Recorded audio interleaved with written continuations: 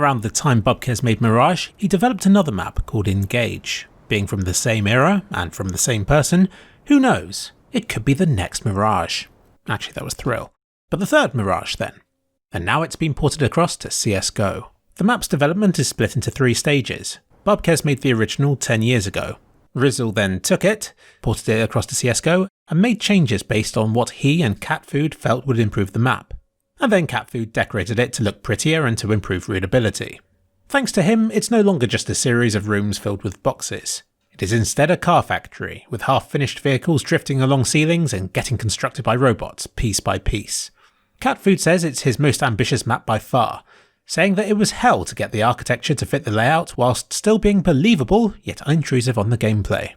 I asked where he got the idea for this theme from, and he said it was something he's wanted to work on for a while, and was delighted to finally get the chance when he was asked to work on this project. Although he said it was hell to fit the architecture in, I think maybe it was what made him want to do it in the first place.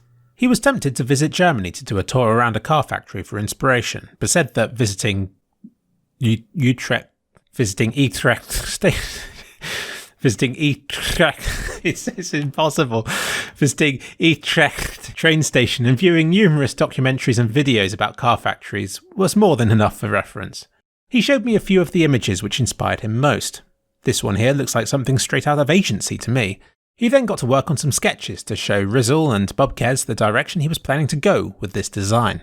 Something very important to the map was the car tower at A. Not only is it this map's iconic landmark in screenshots, but it also helped players to get their bearings, so he ensured it could be seen from both teams' spawn points.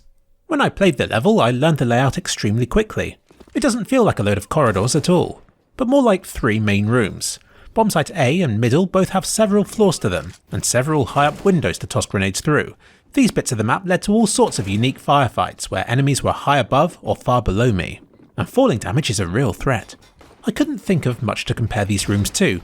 They seem so full of things to climb and places to reach that I could see all sorts of next-gen strats being devised on them.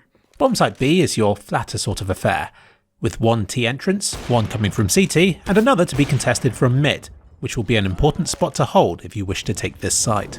To spice things up, both sites have a special drop-down that terrorists can use. In Bombsite B, they can come out from a vent halfway up the wall. Doing so leaves you exposed, but what an afterplant position these vents would be.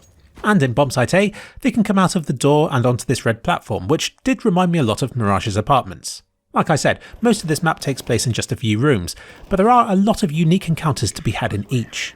I went into this map expecting Mirage, but aside from 1 or 2 features, it didn't feel much like it at all to me. I was interested to know how much of the map had changed from the original, and if so, why the changes had been made. So I ran about the two and took a number of comparison shots of key locations, which you can see here. I got the feeling that it stuck quite faithfully to the original, but apparently a number of changes were made to make it more compatible with CSGO. The middle floor on Bombsite A has been cut back quite significantly, replaced with a staircase which leads directly from bottom to top. And stairs were added leading from mid to B short. So there have been some adjustments, but it's still very much based on Bubkes' original vision, and on a layout that he designed at roughly the same time as when he developed Mirage. It's hosted on the Mapcore Hub now, which will get it extensively playtested, so there may be more suggestions in the future that will influence what this map ultimately becomes. Check out this video's description if you'd like to get involved over on Mapcore's Faceit Hub. This map shouldn't come as a surprise to you. Eagle-eyed viewers may have spotted this poster on the map Ruby, which was officially featured in CSGO last year, and although he hasn't left any such hints in Engage, it sounds like his next project will be a formidable task. Can he manage it? It might require brute force.